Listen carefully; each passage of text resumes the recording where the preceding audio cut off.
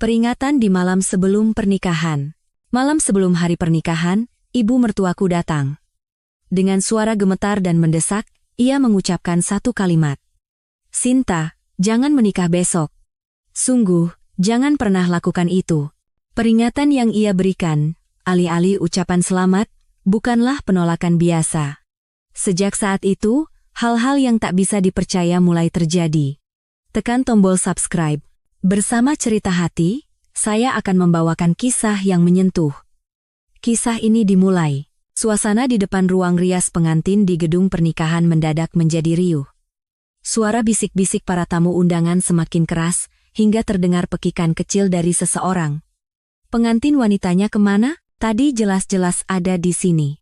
Jangan-jangan dia kabur?" Sumi, teman kuliah Sinta, melihat sekeliling dengan wajah cemas. Wajah para tamu yang tadinya ingin melihat gaun pengantin yang indah kini dipenuhi kebingungan. Terutama rekan-rekan kerja Sinta, mereka saling berpandangan dengan ekspresi seolah ada sesuatu yang aneh. Saat itulah, seorang wanita berbusana serba hitam muncul dengan langkah gemetar dan membuka pintu ruang rias. Wajah wanita yang tampaknya berusia di atas 60 tahun itu pucat pasi, namun matanya menunjukkan tekad yang kuat. Dia adalah Ibu Ratna, ibu dari mempelai pria, Brahma Wijaya. Para tamu menghela napas lega melihat kehadiran Bu Ratna. Mungkin mereka berpikir beliau membawa kabar tentang keberadaan Sinta.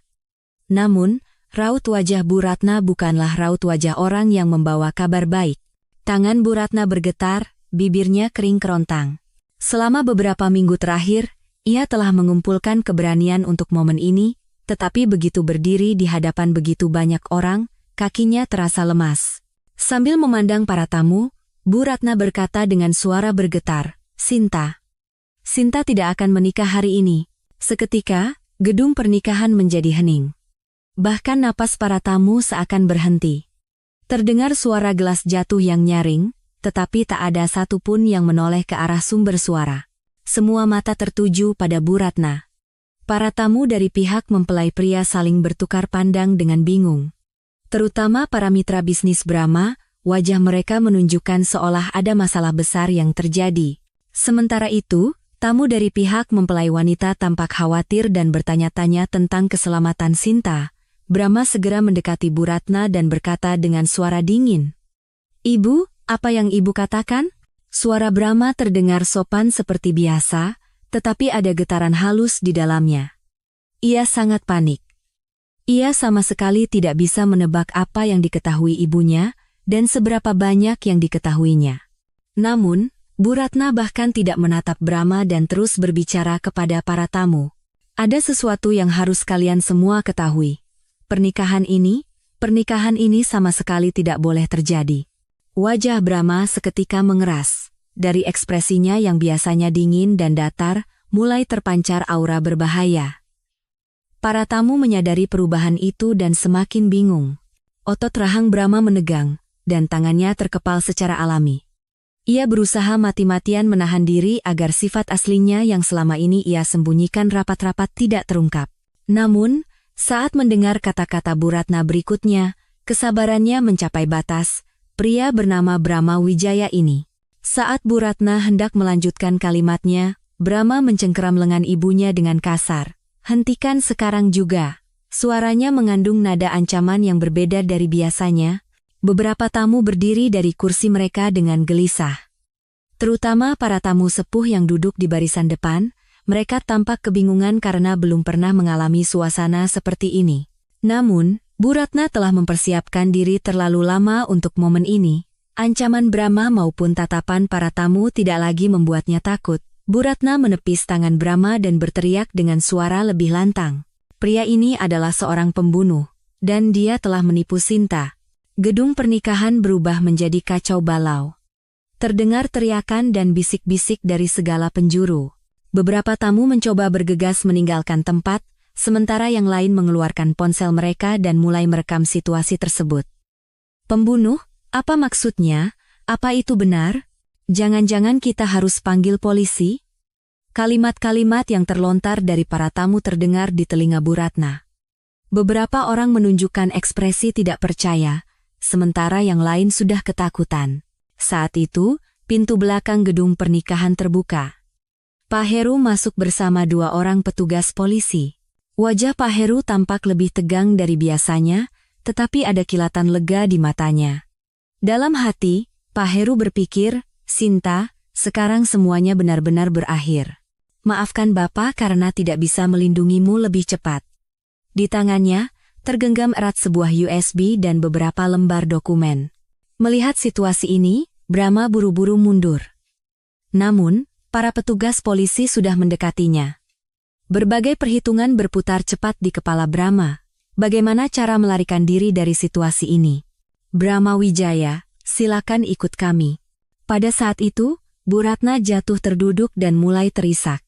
Semua emosi yang selama ini ia tahan seolah meledak sekaligus. Perasaan bersalah, lega, dan kekhawatiran terhadap Sinta bercampur menjadi satu. "Maafkan aku. Aku benar-benar minta maaf, Sinta," pikir Bu Ratna. Ia bertanya-tanya di mana Sinta sekarang, apakah ia aman, dan apakah tindakannya ini sudah terlambat. Ia merasa begitu hina dan membenci dirinya sendiri karena selama ini diam di bawah ancaman Brahma. Para tamu sulit mempercayai semua yang terjadi. Beberapa menit yang lalu, mereka mengharapkan sebuah pernikahan yang indah, tetapi tiba-tiba muncul kata-kata seperti pembunuhan dan polisi, membuat semua terasa tidak nyata. Sebenarnya, semua ini dimulai sejak hari di mana Bu Ratna menemukan surat itu. Surat yang ia temukan secara tidak sengaja di laci tersembunyi milik Brahma. Di sana, tertulis kebenaran mengerikan yang bahkan tidak pernah ia bayangkan. Saat membaca surat itu, Bu Ratna sadar betapa besar kebohongan yang telah ia jalani selama beberapa tahun terakhir. Dan kini, orang tak bersalah lainnya akan menjadi korban dari kebohongan itu. Karena itu, Bu Ratna bertekad, tidak boleh lagi. Kali ini, aku harus mengatakan yang sebenarnya. Ia berpikir bahwa gadis baik seperti Sinta tidak boleh menjadi korban Brahma seperti dirinya. 3 bulan sebelum penemuan surat itu, segalanya tampak begitu normal dan bahagia.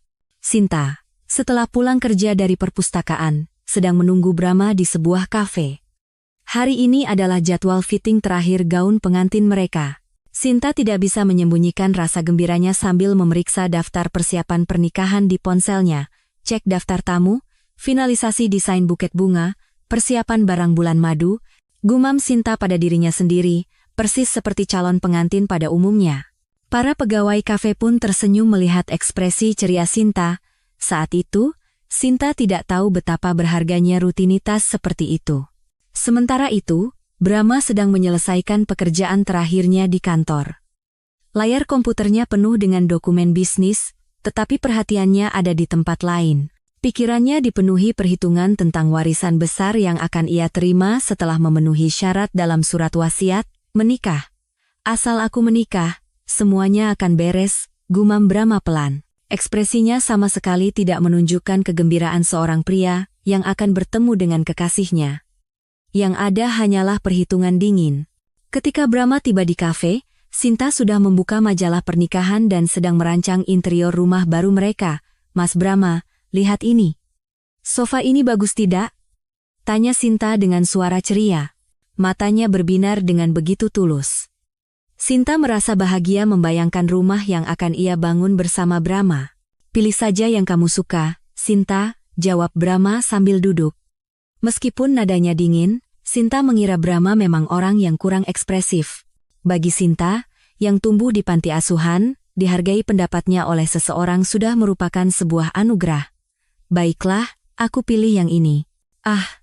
Dan kita tidak boleh lupa untuk berkunjung menemui ibu, ya," kata Sinta sambil melihat daftar persiapannya. Sebenarnya, ia baru bertemu dengan Bu Ratna beberapa kali. Brahma pernah berkata bahwa ibunya sakit-sakitan sehingga tidak bisa sering keluar rumah. Ekspresi Brahma seketika menjadi muram.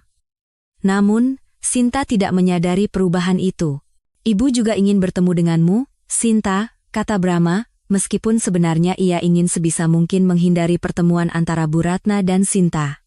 Ia tidak bisa memprediksi apa yang akan dikatakan ibunya. Sinta sama sekali tidak tahu isi hati Brahma yang rumit. Ia hanya merasa gembira dan khawatir ingin memberikan kesan yang baik pada calon ibu mertuanya.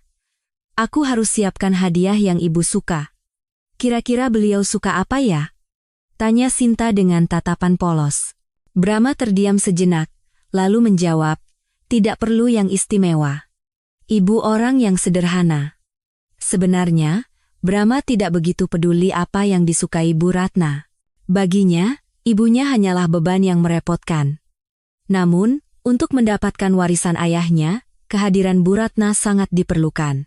Setibanya di butik pengantin, Sinta melakukan fitting gaun terakhir. Penampilan Sinta di depan cermin sungguh memesona. Para staf butik pun tidak bisa menahan kekaguman mereka. Cantik sekali Mbak, calon suaminya pasti akan terkejut, kata seorang staf sambil tersenyum. Sinta pun tersenyum malu-malu melihat pantulan dirinya di cermin. Mas Brahma, bagaimana? Tanya Sinta sambil menatap Brahma.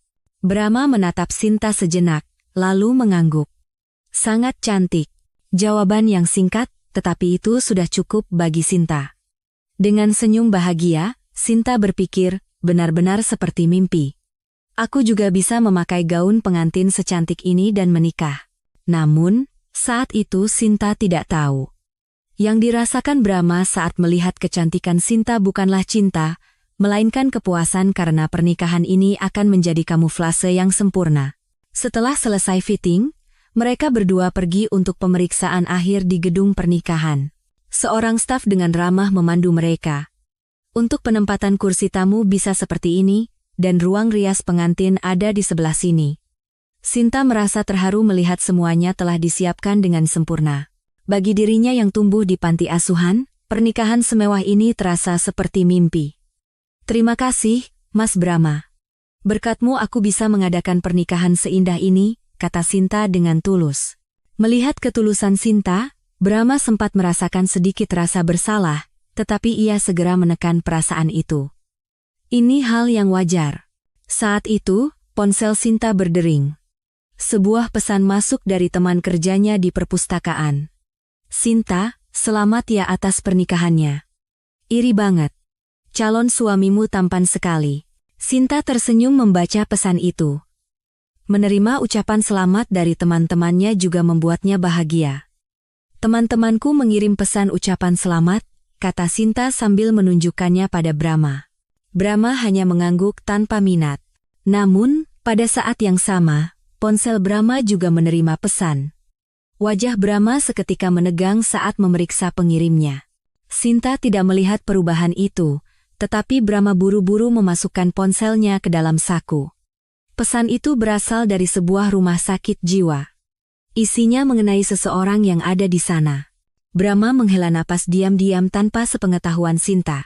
Masih terlalu banyak masalah yang belum terselesaikan. Baik, untuk hari ini kita cukupkan sampai di sini, kata staf gedung sambil tersenyum. Sinta dan Brahma dalam perjalanan pulang. Sambil berjalan bersama Brahma, Sinta berpikir, tinggal beberapa hari lagi menuju pernikahan, aku harus membangun keluarga yang bahagia.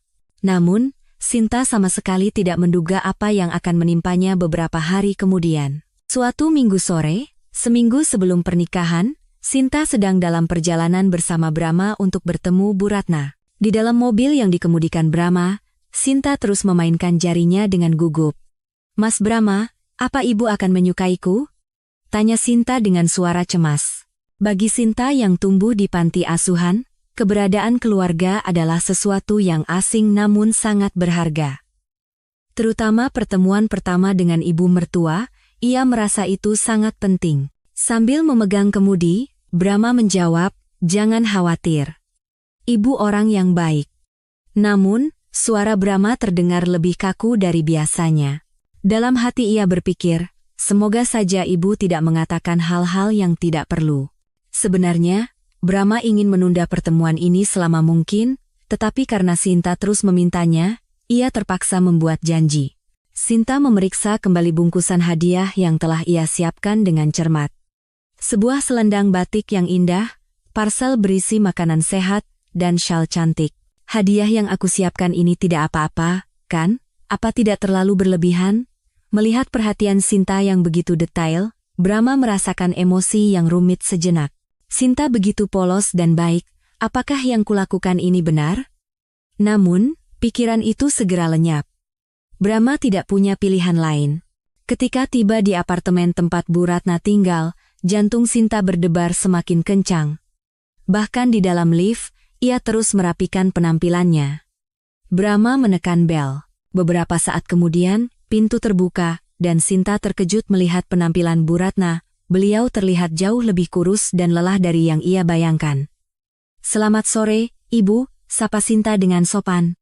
Bu Ratna menatap Sinta dengan ekspresi yang rumit. Melihat mata Sinta yang jernih dan polos, hatinya terasa semakin berat. "Oh, Sinta ya.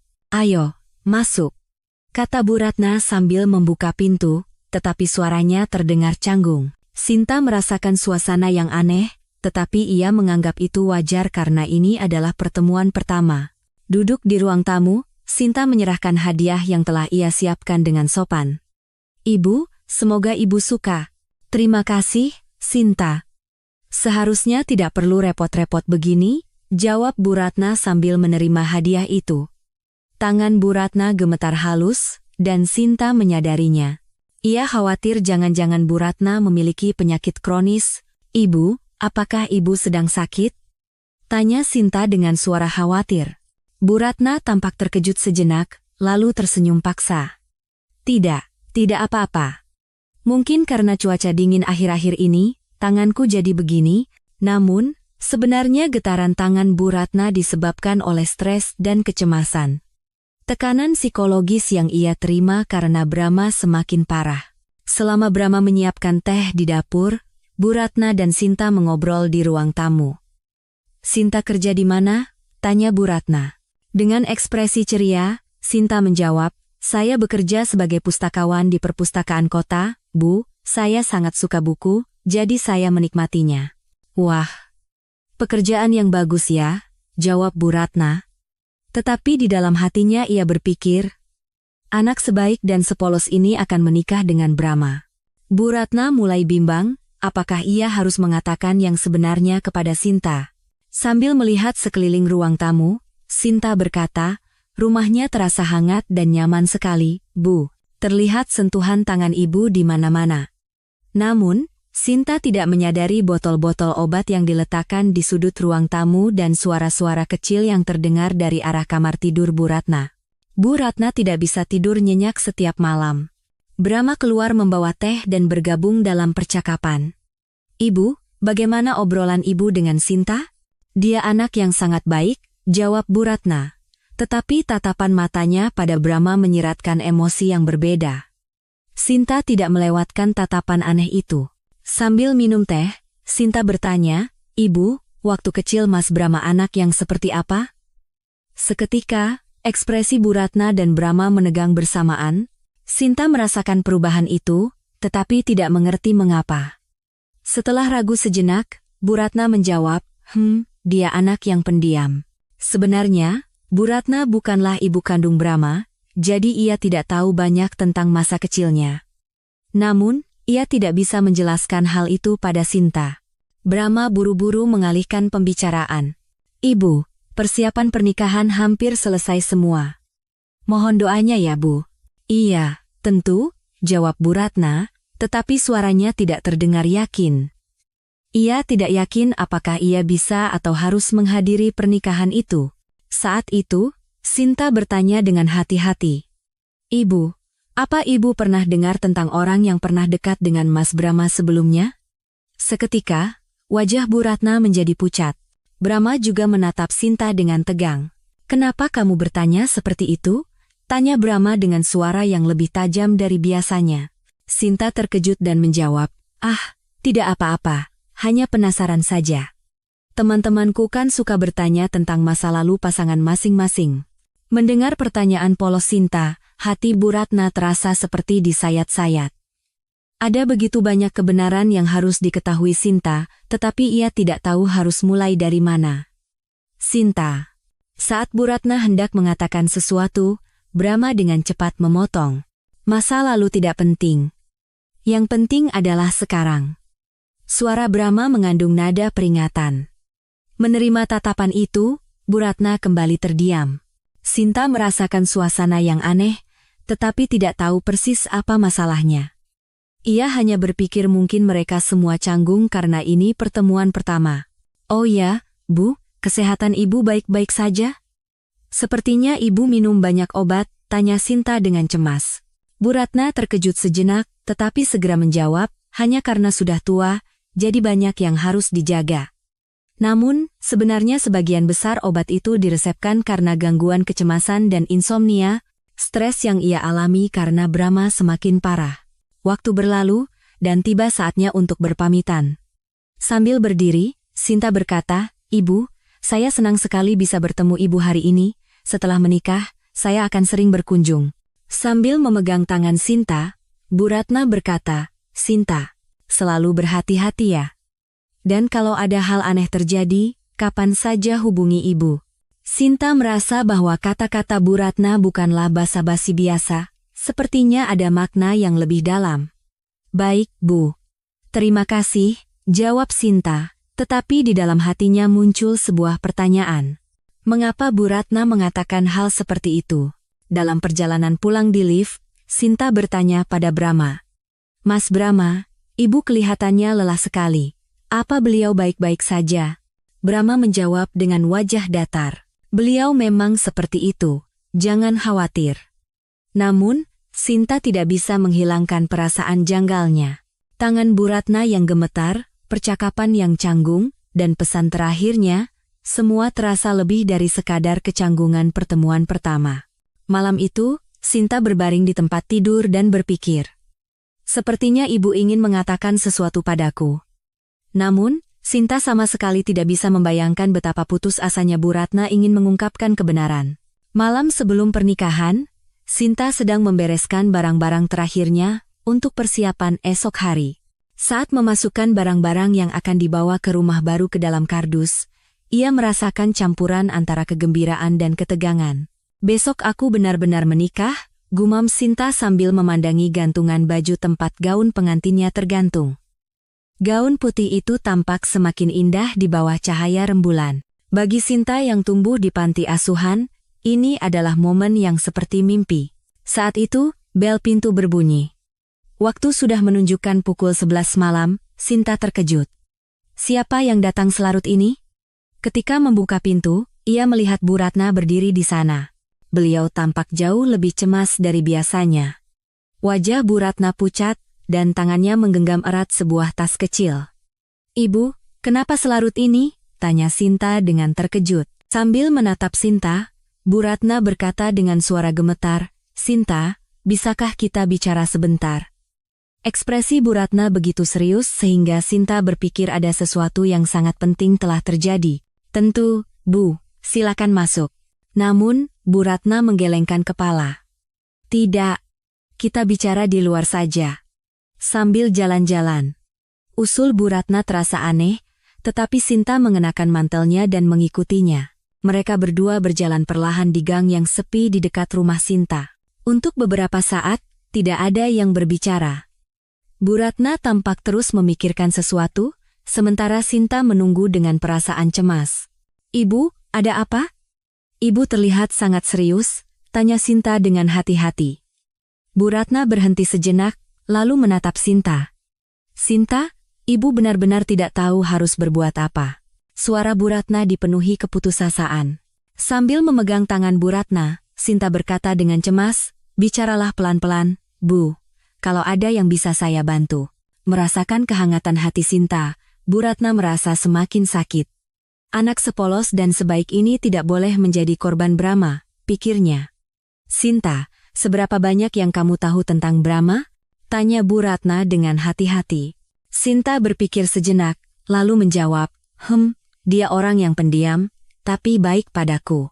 Mendengar jawaban Sinta, Bu Ratna menghela napas panjang. Brahma yang Sinta kenal hanyalah sebagian kecil dari dirinya. Sinta, ada yang ingin Ibu katakan. Ini sangat penting, kata Bu Ratna dengan nada tegas. Sinta menjadi tegang melihat ekspresi serius Bu Ratna. Brahma bukan orang seperti yang kamu pikirkan. Apa maksud Ibu? Tanya Sinta dengan bingung. Bu Ratna ragu sejenak, lalu melanjutkan. Sinta, cepat lari. Kamu tidak boleh menikah besok. Seketika, pikiran Sinta menjadi kosong. Malam sebelum pernikahan, Ibu mertuanya menyuruhnya melarikan diri?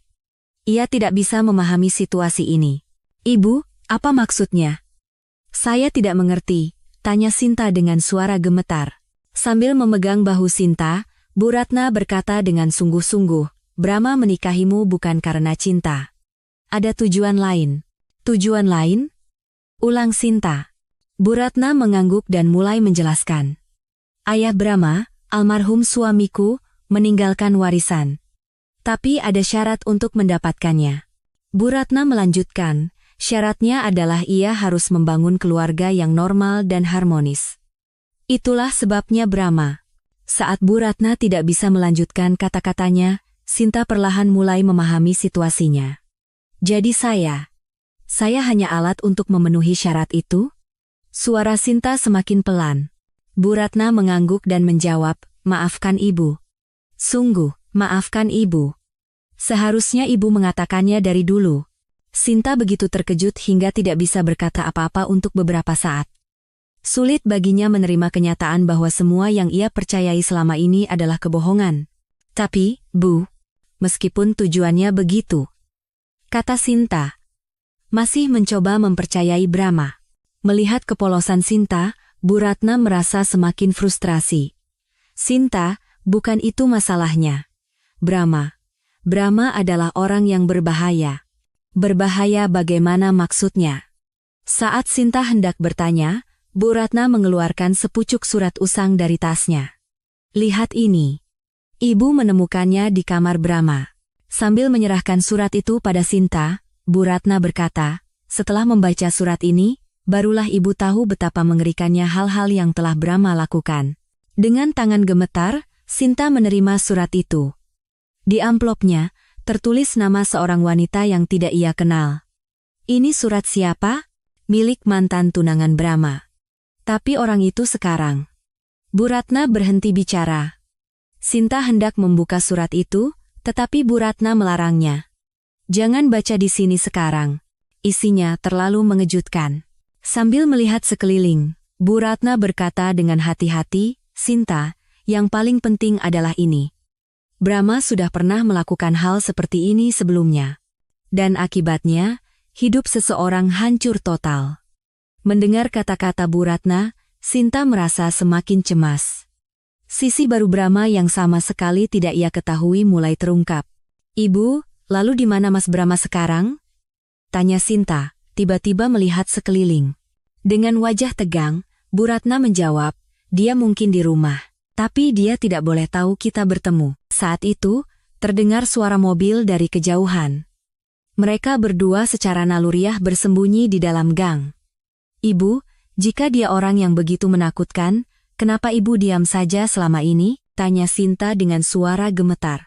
Sambil menunduk, Bu Ratna menjawab, aku takut. Brahma terus mengancamku, dan aku tidak punya bukti. Ancaman? Brahma bilang, kalau aku macam-macam, aku juga akan dalam bahaya. Makanya, selama ini aku hanya bisa diam. Mendengar pengakuan Bu Ratna, seluruh tubuh Sinta bergetar. Pria yang akan dinikahinya adalah orang yang mengancam ibu mertuanya sendiri. Sinta, belum terlambat. Pergilah yang jauh sekarang juga, dan jangan pernah muncul lagi di hadapan Brahma, pinta Bu Ratna dengan sungguh-sungguh. Namun, Sinta bingung. Tapi, Bu, kalau saya kabur, bagaimana dengan ibu? Mendengar kekhawatiran Sinta, Bu Ratna tersenyum pahit. Aku tidak apa-apa, aku sudah lama hidup seperti ini. Tetapi Sinta tidak bisa lari sendirian dan meninggalkan Bu Ratna. Seolah membaca pikiran Sinta, Bu Ratna berkata, Sinta, setidaknya kamu harus selamat. Itu adalah harapan terakhirku. Saat itu, Sinta sadar betapa besar keberanian yang Bu Ratna kumpulkan untuk memberitahunya kebenaran dan betapa seriusnya situasi ini. Ibu, lalu, apa yang harus saya lakukan? Tanya Sinta dengan suara putus asa. Sambil menggenggam erat tangan Sinta, Bu Ratna menjawab, untuk malam ini, jangan pulang ke rumah. Menginaplah di tempat yang aman, dan hubungi aku besok pagi. Bu Ratna menyerahkan secarik kertas kecil kepada Sinta. Hubungi nomor ini, dan bacalah surat ini, maka kamu akan mengerti segalanya.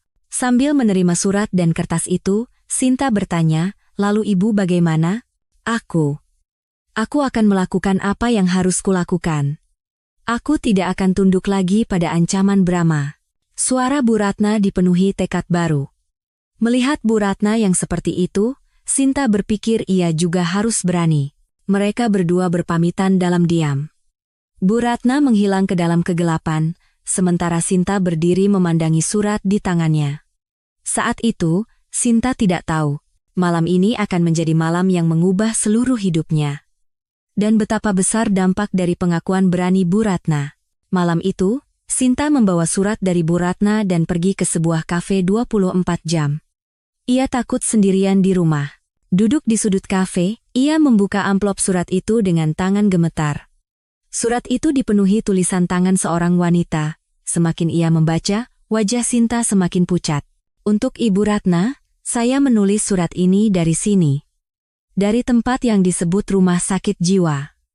Pria bernama Brahma Wijaya itu telah mengurung saya di sini selama 2 bulan. Sinta gemetar hebat saat membaca surat itu.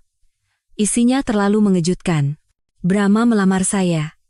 Tapi itu semua bohong. Ketika saya mengetahui kebenarannya, dia mulai melakukan kekerasan, dan akhirnya membuat saya terlihat seperti orang gila lalu mengurung saya di sini. Setelah selesai membaca surat itu, Sinta berlari ke toilet dan muntah. Pria yang ia pikir ia cintai adalah orang yang melakukan hal sekeji itu. Sekitar pukul 5 pagi, Sinta pulang ke rumah dan terkejut saat membuka pintu depan. Brahma sedang duduk di ruang tamu. Sinta, dari mana saja kamu? Tanya Brahma dengan suara dingin. Suasananya benar-benar berbeda dari biasanya. Jantung Sinta berdebar kencang, tetapi ia mencoba menjawab setenang mungkin. Aku habis jalan-jalan. Tidak bisa tidur. Jalan-jalan jam 5 pagi? Suara Brahma penuh kecurigaan. Sambil menyembunyikan surat itu jauh di dalam tasnya, Sinta menjawab, aku tegang karena besok pernikahan.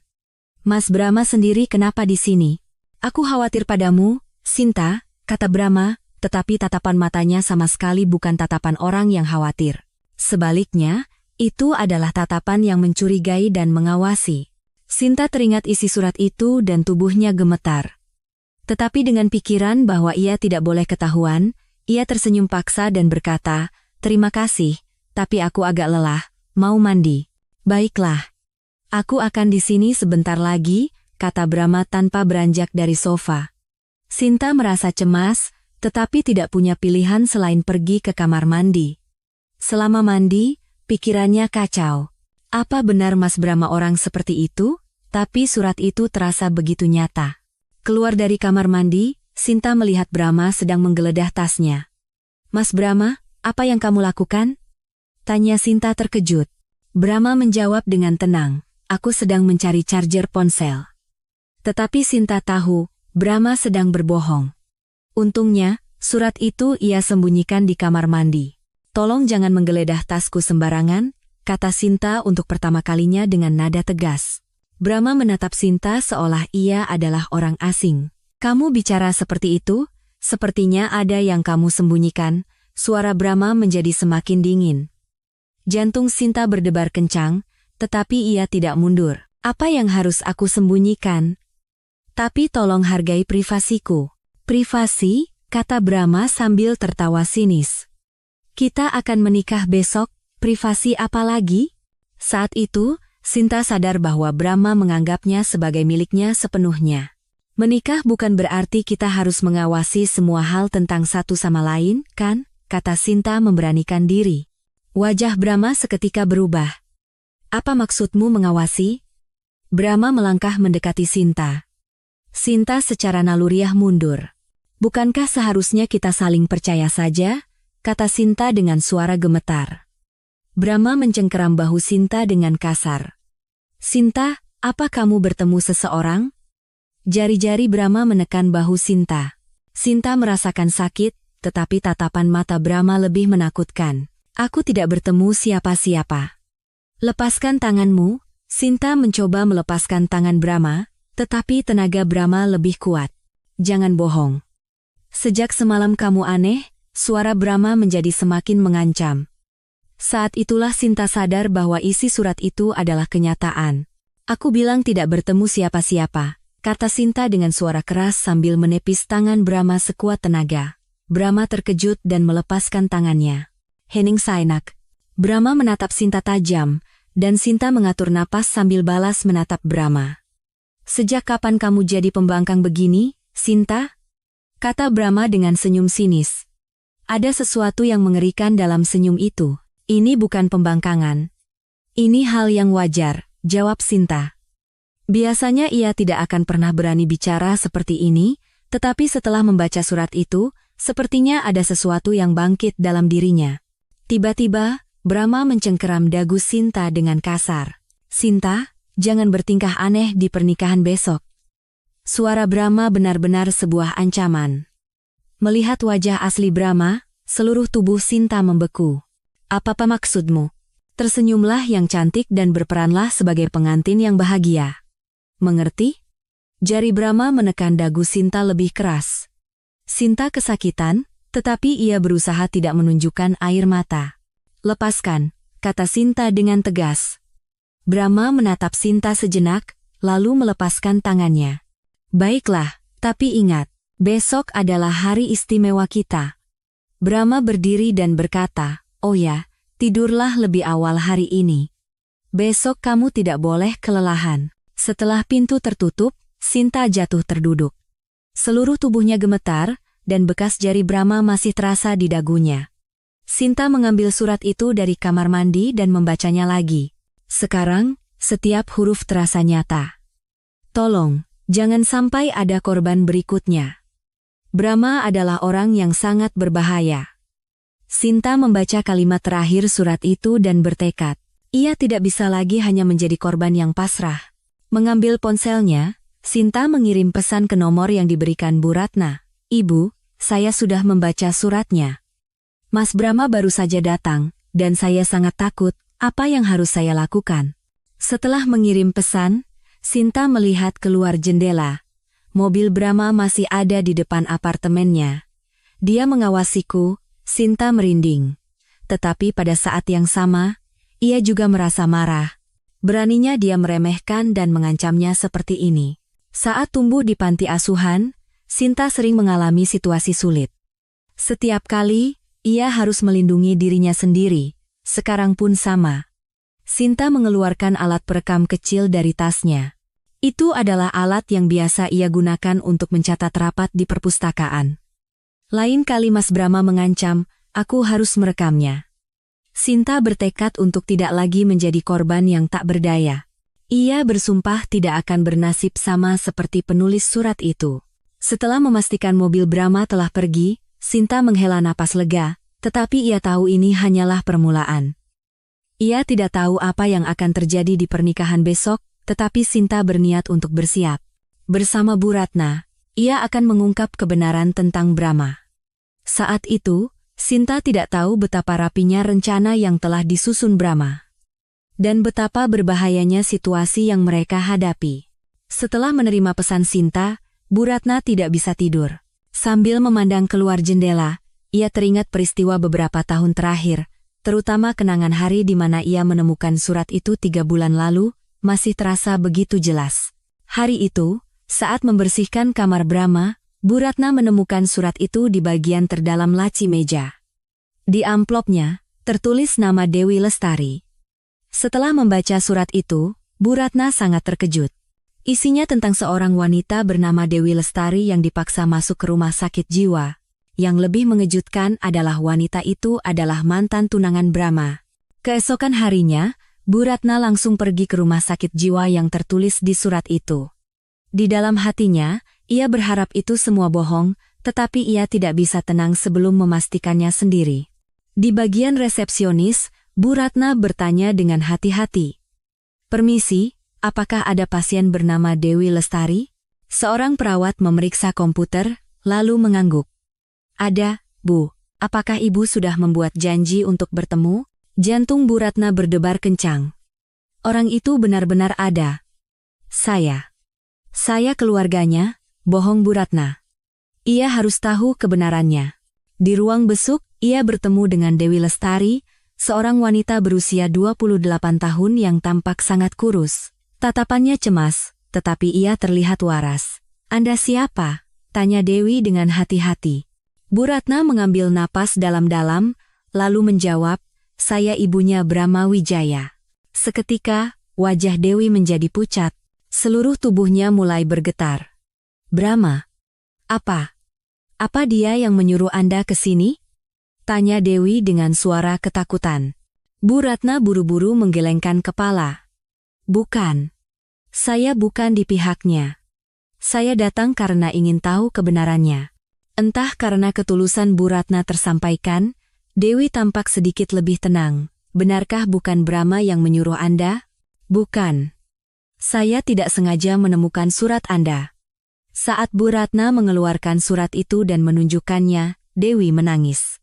"Ah, jadi Anda yang menerima surat yang saya tulis." "Syukurlah," kata Dewi dengan suara gemetar dan mulai bercerita. "Awalnya, saya pikir dia orang yang sangat baik." Mendengarkan cerita Dewi, Bu Ratna semakin terkejut. Tetapi setelah bertunangan, dia mulai berubah. Dia selalu mengawasi apa yang saya lakukan dan melarang saya bertemu teman-teman. "Lalu kenapa kalian tidak jadi menikah?" tanya Bu Ratna. Dewi menghela napas panjang dan menjawab, "Saya tidak sengaja tahu alasan sebenarnya Brahma ingin menikah dengan saya." Dewi melanjutkan, "Karena warisan yang ditinggalkan ayahnya, dia hanya ingin memanfaatkan saya." Mendengar kata-kata Dewi, seluruh tubuh Bu Ratna terasa dingin. Hal yang sama sedang terjadi pada Sinta. Lalu apa yang terjadi? Saya menanyakannya pada Brahma setelah tahu fakta itu. Dewi berhenti bicara dan menyingsingkan lengan bajunya. "Di sana, ada bekas luka. Brahma melakukan kekerasan pada saya. Dan dia menyebarkan rumor bahwa saya gila." Bu Ratna terperangah melihat bekas luka Dewi. Setelah itu, keadaan semakin parah.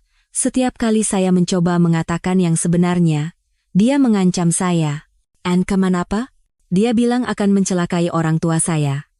Jadi, saya terpaksa diam." Dewi terus berbicara sambil menangis. "Akhirnya, Brahma memaksa saya masuk ke sini. Dia bahkan membuat surat keterangan palsu yang menyatakan saya sakit jiwa." Mendengar cerita Dewi, Bu Ratna merasa sangat marah. Ia sadar betapa jahatnya Brahma. "Tapi apa kata orang tua Anda?" "Brahma memberitahu orang tua saya bahwa saya sedang dirawat karena gangguan jiwa.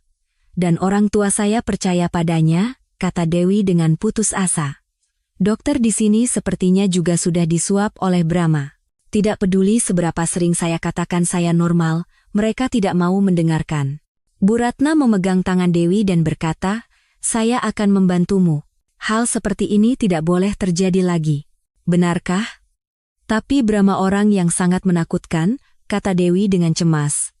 "Dan katanya akan ada korban lain?" Bu Ratna mengangguk. "Iya.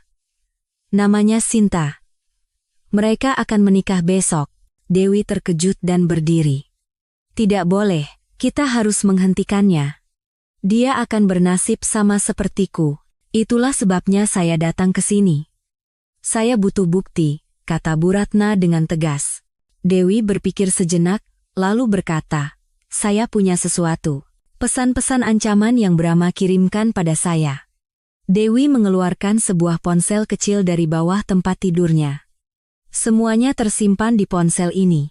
Kemudian, Dewi ragu-ragu sejenak sebelum melanjutkan. "Saya juga tahu bagaimana ayah Brahma meninggal." "Apa maksudmu?" tanya Bu Ratna terkejut. "Brahma pernah bilang saat mabuk, bahwa dia sendiri yang membunuh ayahnya." Seluruh tubuh Bu Ratna bergetar. "Itu berarti Brahma telah membunuh suaminya. Dia bilang dia membunuhnya dengan memberikan obat dosis berlebih. Lalu membuatnya seolah-olah kematian yang wajar." Mendengar kesaksian Dewi, Bu Ratna bertekad. Ia tidak bisa lagi membiarkan kejahatan Brahma berlanjut. "Dewi, bisakah kamu memberikan ponsel ini padaku?" "Tentu. Ambillah. Dan tolong, selamatkan Sinta," pinta Dewi dengan sungguh-sungguh. Setelah selesai bertemu, Bu Ratna berdiri termangu di tempat parkir untuk waktu yang lama. Guncangan karena mengetahui wajah asli Brahma terlalu besar. Di hari yang sama, Pak Heru juga mendatangi sebuah kantor hukum untuk memeriksa surat wasiat almarhum suami Bu Ratna. Di dalamnya, Tertulis dengan jelas syarat warisan, diberikan jika telah membangun keluarga yang normal. Sejak saat itu, Bu Ratna mulai menyusun rencana. Rencana untuk menyelamatkan Sinta dan mengungkap kejahatan Brahma. Tetapi itu tidak mudah. Brahma terus mengawasinya. Jadi, Bu Ratna menunggu kesempatan. Dan akhirnya, malam sebelumnya, ia memberanikan diri untuk memberitahu Sinta kebenaran. Bu Ratna menatap ponsel yang ia terima dari Dewi dan berpikir, sekarang, semua ini harus diakhiri. Tidak boleh ada korban lagi. Matahari mulai terbit di luar jendela. Hari ini adalah hari pernikahan Sinta. Tetapi Bu Ratna bertekad untuk memastikan pernikahan itu tidak akan pernah terjadi. Bu Ratna mengirim pesan kepada Sinta. Sinta, hari ini hati-hati. Dan jangan muncul di gedung pernikahan. Aku akan menyelesaikan semuanya. Namun, Bu Ratna tidak tahu bahwa Brahma sudah mencari Sinta. Dan apa yang akan terjadi di gedung pernikahan hari ini. Pagi di hari pernikahan, Sinta bingung setelah membaca pesan Bu Ratna. Saran untuk tidak datang ke pernikahan, tetapi apakah kabur begitu saja adalah jawabannya? Sinta menelepon Pak Heru. Satu-satunya wali yang merawatnya sejak di panti asuhan.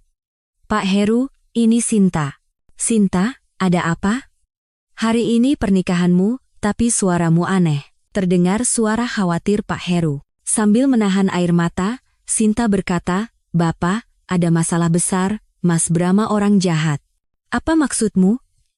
Coba ceritakan pelan-pelan. Sinta menceritakan semua yang terjadi sejak semalam. Peringatan Bu Ratna, isi surat, hingga ancaman Brahma. Mendengar cerita Sinta, Pak Heru menjadi sangat marah. Beraninya dia, Sinta, kamu di mana sekarang? Di rumah, Pak. Tapi sepertinya Mas Brahma terus mengawasi. Baiklah. Segera keluar dari rumah. Bapak akan jemput. Pak Heru biasanya pendiam, tetapi mendengar Sinta dalam bahaya, ia tidak bisa tinggal diam. 1 jam kemudian, ketika Pak Heru tiba di depan rumah Sinta, Sinta sudah menunggu dengan membawa barang seadanya. Bapak. Sinta menangis begitu masuk ke dalam mobil Pak Heru. Pak Heru mengelus kepala Sinta dan berkata, tenang, Sinta, Bapak akan selesaikan semuanya. Di dalam mobil, Sinta menunjukkan surat dan nomor telepon dari Bu Ratna kepada Pak Heru. Ini buktinya, Pak. Surat dari mantan tunangan Mas Brahma. Pak Heru mengepalkan tangannya saat membaca surat itu. Kurang ajar, Sinta, tenang, kita akan menang. Tapi bagaimana, Pak? Siapa yang akan percaya pada kita? Tanya Sinta dengan cemas. Pak Heru berpikir sejenak, lalu berkata, Sinta, Bapak pernah cerita, kan? Waktu muda, Bapak juga mengalami banyak kesulitan. Iya, saya ingat. Saat itu, Bapak belajar satu hal. Untuk tidak kalah dari orang jahat, kita harus punya bukti yang kuat. Setelah mengantar Sinta ke tempat yang aman, Pak Heru mulai bergerak sendiri. Tanpa sepengetahuan Sinta, ia sudah menyelidiki Brahma selama beberapa hari. Sebenarnya, sejak pertama kali bertemu Brahma, Pak Heru sudah merasa ada yang aneh. Sikap Brahma terhadap Sinta bukanlah sikap orang yang tulus mencintai. Pak Heru pernah bekerja sebagai detektif swasta. Menggunakan pengalamannya itu, ia membuntuti Brahma dan menemukan banyak hal aneh. Pertama, Pak Heru tiba di gedung pernikahan dan mendatangi kantor manajemen. Permisi. Saya perlu memeriksa CCTV terkait pernikahan hari ini. Ada apa ya, Pak? Tanya staf kantor. Pak Heru menunjukkan kartu namanya dan berkata, saya bekerja di bidang keamanan, saya ingin memeriksa terlebih dahulu untuk mencegah masalah. Pak Heru menggunakan koneksi lamanya untuk mengakses CCTV gedung pernikahan, dan ia menemukan sesuatu yang mengejutkan.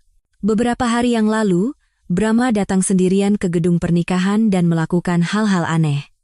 Ia terekam terus bolak-balik di sekitar ruang rias pengantin sambil memeriksa sesuatu. Aneh. Apa yang dia periksa?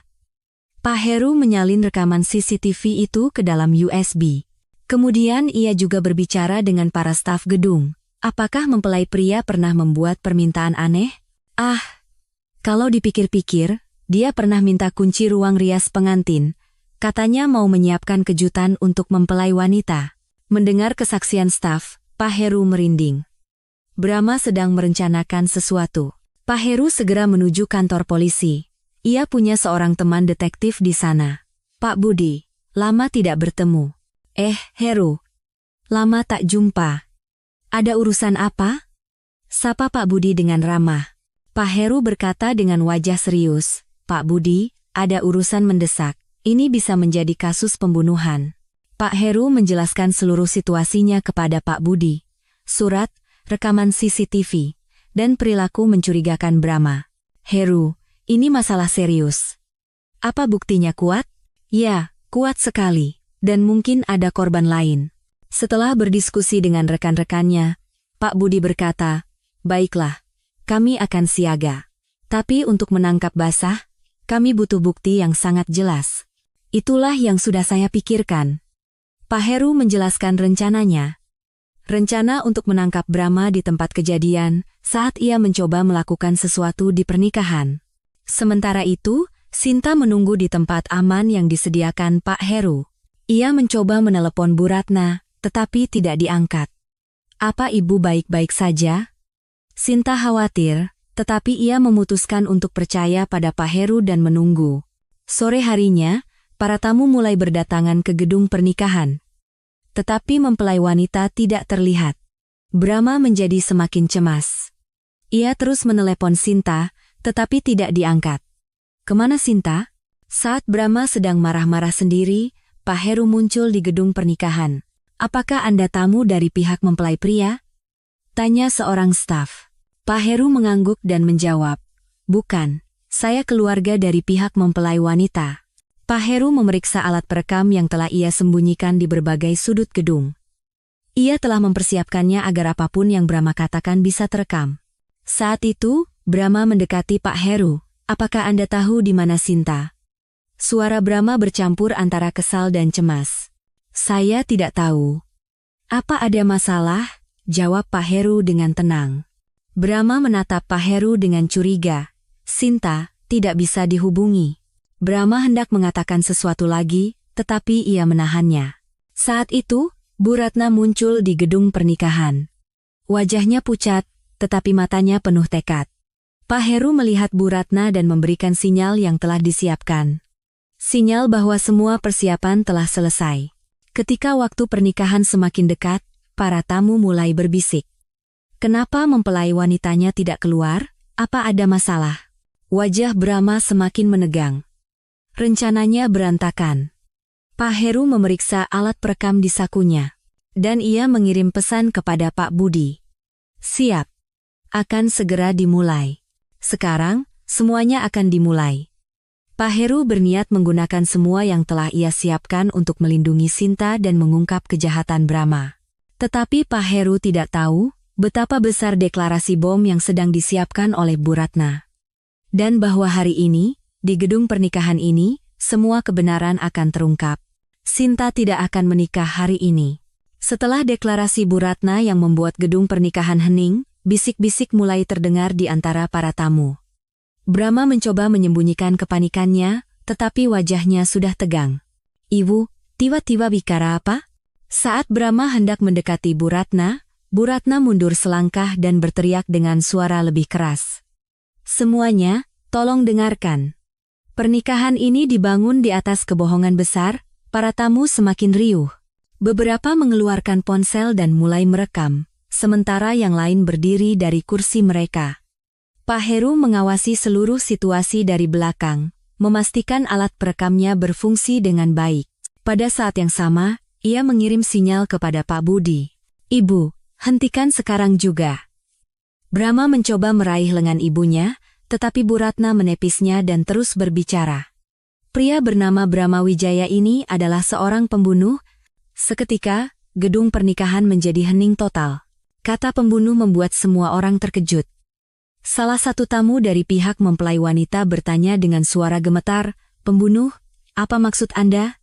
Sambil mengeluarkan beberapa dokumen dari tasnya, Bu Ratna berkata, "Pria ini telah membunuh ayahnya sendiri." Wajah Brahma seketika menjadi pucat pasi. Suara keterkejutan meledak di antara para tamu. Dan dia telah mengurung seorang wanita bernama Dewi Lestari secara paksa di rumah sakit jiwa. Bu Ratna mengangkat ponsel milik Dewi dan berteriak. Di ponsel ini, ada semua pesan ancaman yang Brahma kirimkan kepada Dewi Lestari. Brahma hendak menerjang Bu Ratna, tetapi Pak Heru dengan cepat menghalanginya. Hei, mau kemana kamu? Suara Pak Heru tidak seperti biasanya, penuh ancaman. Brahma terkejut melihat Pak Heru. Anda siapa? Saya ayahnya Sinta, bajingan. Kata Pak Heru sambil menatap tajam Brahma. Para tamu tidak mengerti seluruh situasinya, tetapi mereka tahu ada sesuatu yang sangat serius sedang terjadi. Bu Ratna terus memberikan kesaksian. Brahma membunuh ayahnya dengan memberikan obat dosis berlebih, dan membuatnya seolah-olah kematian yang wajar. Apa ada buktinya? Tanya salah satu tamu. Sambil mengeluarkan dokumen lain, Bu Ratna menjawab, ini rekam medisnya. Catatan bahwa di dalam darah almarhum ditemukan obat tidur dengan dosis mematikan. Brahma berteriak putus asa, bohong, itu bukti palsu. Tetapi Bu Ratna tidak berhenti. Dan ada juga kesaksian dari Dewi Lestari. Rekaman pengakuan Brahma sendiri juga ada. Bu Ratna memutar file audio dari ponselnya. Suara Brahma bergema di gedung pernikahan. Ayah hanya kuberi obat sedikit lebih banyak. Lagi pula dia tidak akan hidup lama. Para tamu terperangah. Itu adalah pengakuan dari suara Brahma sendiri. Dan dia mencoba memanfaatkan Sinta untuk tujuan yang sama, lanjut Bu Ratna. Brahma ingin menikahi Sinta bukan karena cinta, itu untuk memenuhi syarat agar bisa menerima warisan ayahnya. Desahan dan suara kemarahan meledak di antara para tamu. Lalu di mana mempelai wanitanya? Sinta ada di tempat yang aman. Syukurlah dia tahu kebenarannya dan bisa menghindar, jawab Bu Ratna dengan lega. Brahma berteriak untuk terakhir kalinya. Semua bohong. Wanita ini sakit jiwa. Tetapi saat itu, pintu belakang gedung pernikahan terbuka. Pak Budi dan para petugas polisi masuk. Brahma Wijaya, Anda kami tangkap. Kata Pak Budi sambil mengeluarkan borgol. Brahma mundur dan berteriak, atas dasar apa? Atas tuduhan pembunuhan terhadap orang tua, penyekapan dan penganiayaan, serta pengancaman, jawab Pak Budi dengan tenang.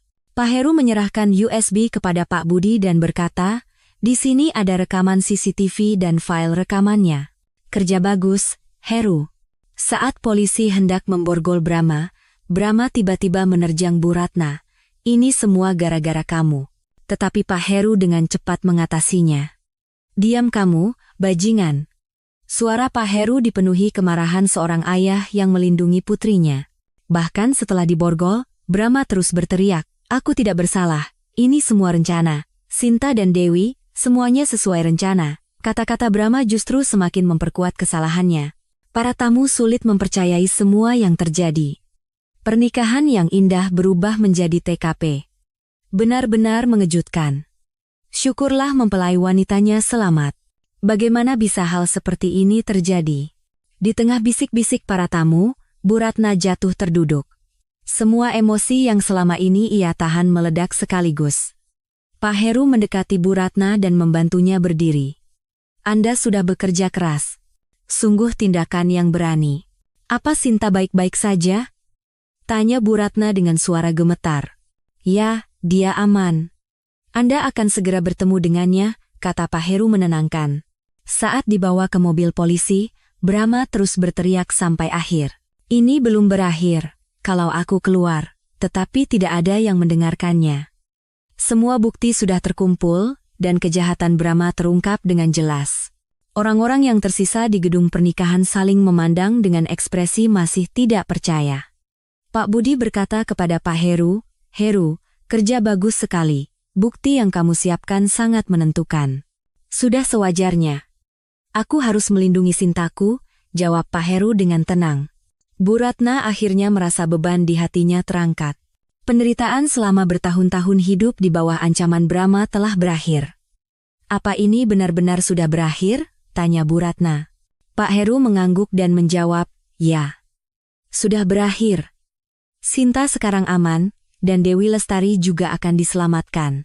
Gedung pernikahan perlahan menjadi sepi, para tamu satu persatu pergi, dan yang tersisa hanyalah orang-orang yang telah mengungkap kebenaran. Pak Heru menelepon Sinta. Sinta, Semuanya sudah selesai. Kamu boleh keluar sekarang. Terdengar isak tangis Sinta di telepon, air mata kelegaan. Sekarang, semuanya benar-benar berakhir. Rencana palsu Brahma hancur total, dan Sinta bisa bebas. Akhirnya, Brahma Wijaya ditangkap polisi atas tuduhan pembunuhan berencana, penyekapan dan penganiayaan, serta pengancaman dan kekerasan. Bukti yang jelas untuk semua kejahatannya telah diamankan. Setelah Brahma dibawa pergi dengan mobil polisi, keheningan yang aneh menyelimuti gedung pernikahan. Sebagian besar tamu sudah pergi, tetapi beberapa orang masih berdiri dengan ekspresi tidak percaya.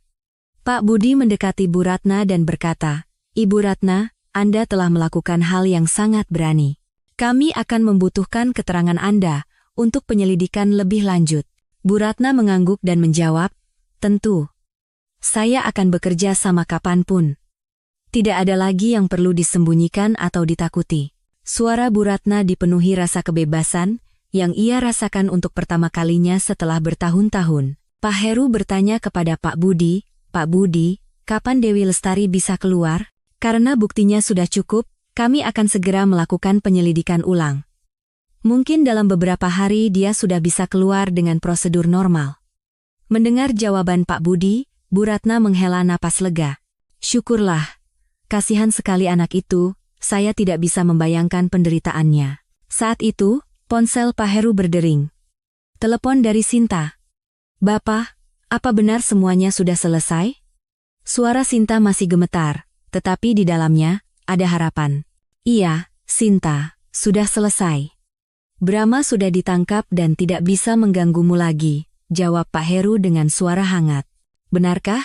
Apa saya sudah benar-benar aman?" "Iya, benar. Jangan khawatir lagi." Setelah menutup telepon, Pak Heru menatap Bu Ratna. "Sinta ingin bertemu dengan ibu. Saya juga sangat ingin bertemu dengannya. Saya hanya merasa sangat bersalah," kata Bu Ratna dengan mata berkaca-kaca. 1 jam kemudian, Sinta tiba di gedung pernikahan bersama Pak Heru. Mengenakan pakaian biasa alih-alih gaun pengantin, Sinta justru terlihat lebih nyaman. "Ibu." Sinta berlari dan memeluk Bu Ratna begitu melihatnya. Bu Ratna juga memeluk Sinta erat sambil menangis. "Sinta, maafkan ibu. Seharusnya ibu memberitahumu lebih awal." "Tidak apa-apa, Bu.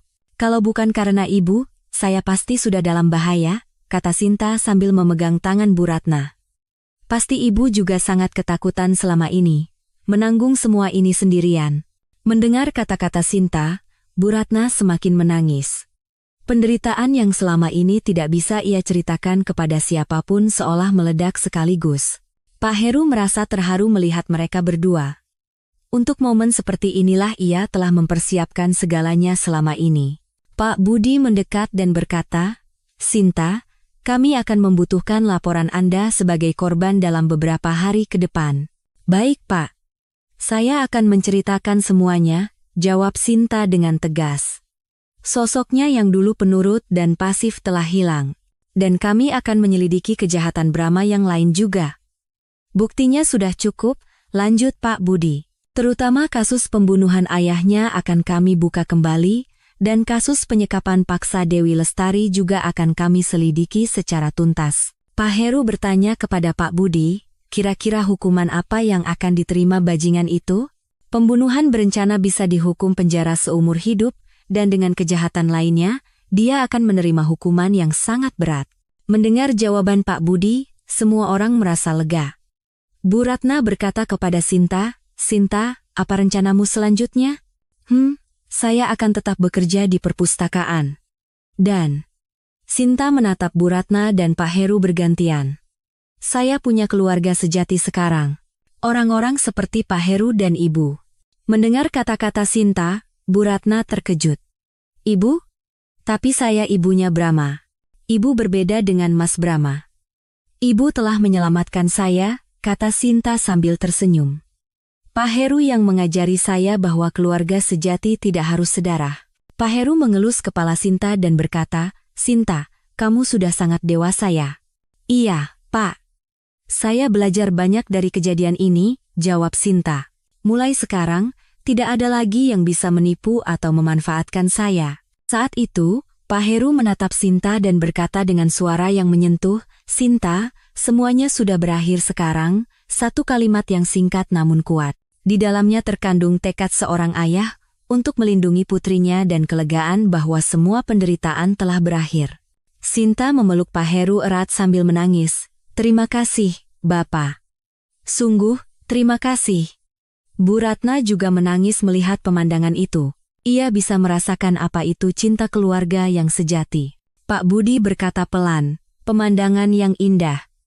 Syukurlah kita bisa melihat akhir seperti ini." "Terima kasih banyak juga, Pak Budi," kata Pak Heru berterima kasih. "Bukan apa-apa. Menangkap bajingan seperti dia adalah pekerjaan saya." Saat gedung pernikahan hampir selesai dibereskan, mereka bertiga keluar bersama. Sambil memandang langit senja, Sinta berkata, "Benar-benar seperti mimpi. Beberapa jam yang lalu, saya sangat takut tidak tahu apa yang akan terjadi." "Ini adalah awal yang baru, Sinta," kata Pak Heru dengan hangat. "Dan kita adalah keluarga, jadi mari kita saling mendukung," kata Bu Ratna dengan hati-hati. "Apa saya juga boleh bergabung dalam keluarga ini?" Sinta dan Pak Heru tersenyum bersamaan. "Tentu saja, Bu. Tentu saja." Mereka bertiga saling memandang dan tertawa. Meskipun tidak sedara, mereka telah menjadi keluarga sejati yang saling melindungi dan mencintai. Saat itu, pesan masuk ke ponsel Sinta dari teman-teman kerjanya di perpustakaan. "Sinta, kami lihat berita. Kamu hampir saja celaka ya? Syukurlah kamu selamat." Sinta tersenyum membaca pesan itu. "Ternyata banyak sekali orang yang mengkhawatirkanku." "Tentu saja. Kamu pantas dicintai," kata Pak Heru dengan bangga. Bu Ratna memegang tangan Sinta dan berkata, "Sinta, kalau nanti ada masalah, kapan saja bilang ya. Kamu tidak sendirian lagi sekarang." "Iya, Bu. Saya juga akan membantu Ibu." Mereka bertiga memutuskan untuk makan malam bersama. Makan malam pertama sebagai keluarga sejati. Di dalam mobil, Pak Heru menoleh ke belakang dan berkata, "Sinta, Bapak sangat bangga padamu. Terutama karena keberanianmu di saat terakhir." "Itu semua bisa terjadi karena ada Bapak dan Ibu," jawab Sinta dengan rasa terima kasih. "Sekarang, semuanya benar-benar berakhir. Kejahatan Brahma terungkap ke dunia, dan keadilan ditegakkan. Dan yang terpenting, Sinta mendapatkan keluarga sejati. Ia tidak tahu apa yang menantinya di masa depan, tetapi sekarang Sinta tidak sendirian. Mereka akan menghadapinya bersama." 3 bulan berlalu. Suatu minggu sore di musim gugur, Sinta sedang minum teh bersama Bu Ratna di sebuah kafe kecil.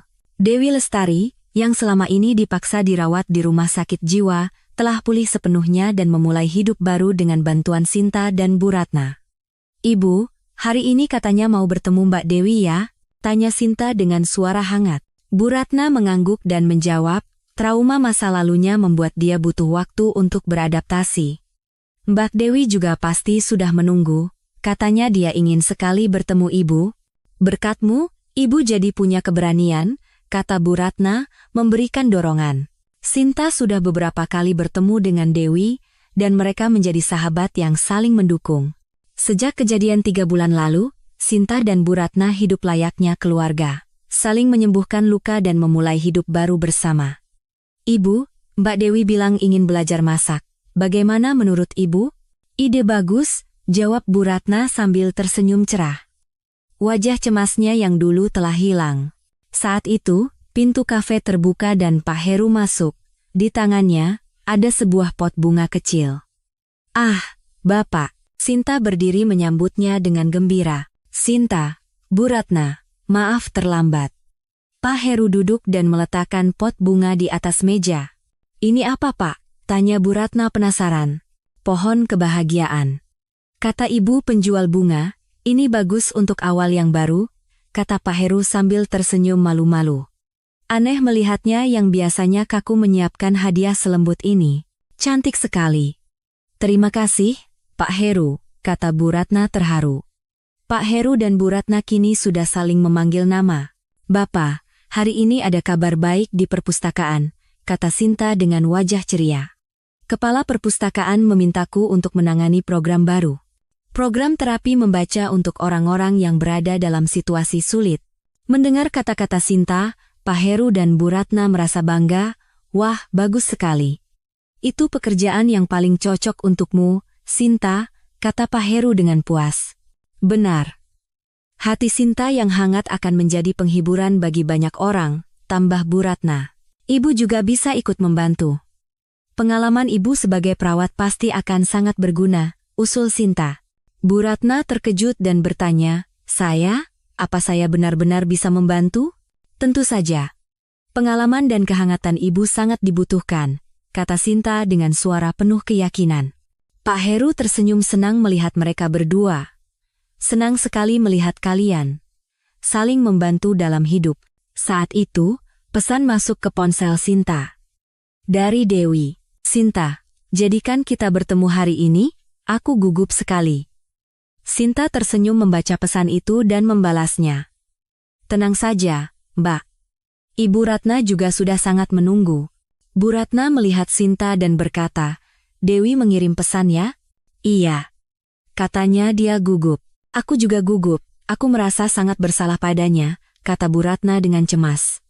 Sinta memegang tangannya dan berkata, tidak apa-apa Bu, Mbak Dewi juga mengerti Ibu. Penal, Bu Ratna.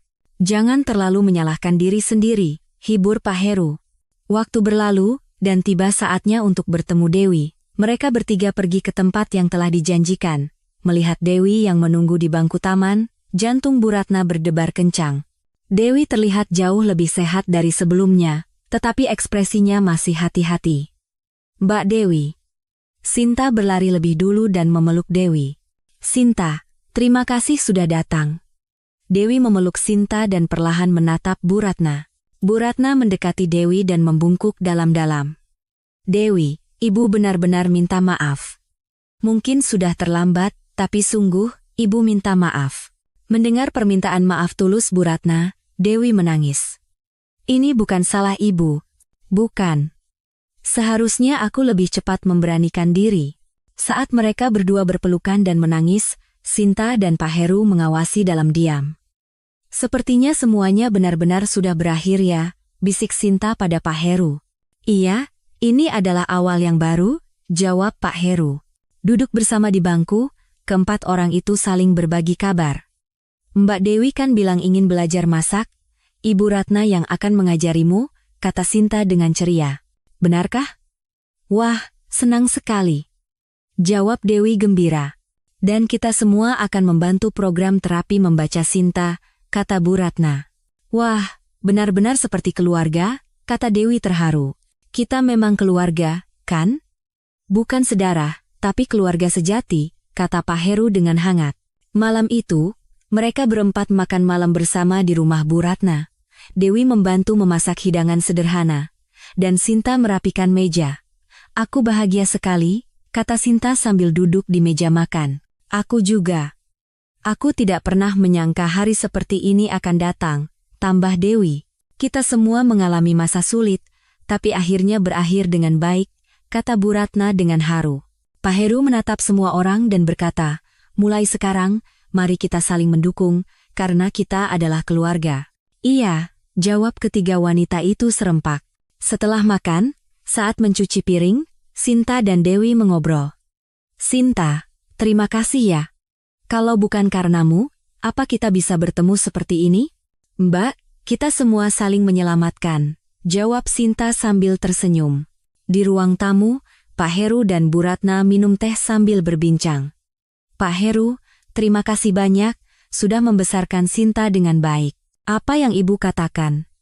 Justru Sinta yang lebih banyak mengubah saya. Mereka berdua saling memandang dan tersenyum. Malam semakin larut, dan Dewi memutuskan untuk pulang. Sampai jumpa besok. Iya, hati-hati di jalan. Semua orang mengantar Dewi. Setelah Dewi pergi, mereka bertiga minum teh terakhir di ruang tamu. Hari yang sangat membahagiakan, kata Sinta. Benar.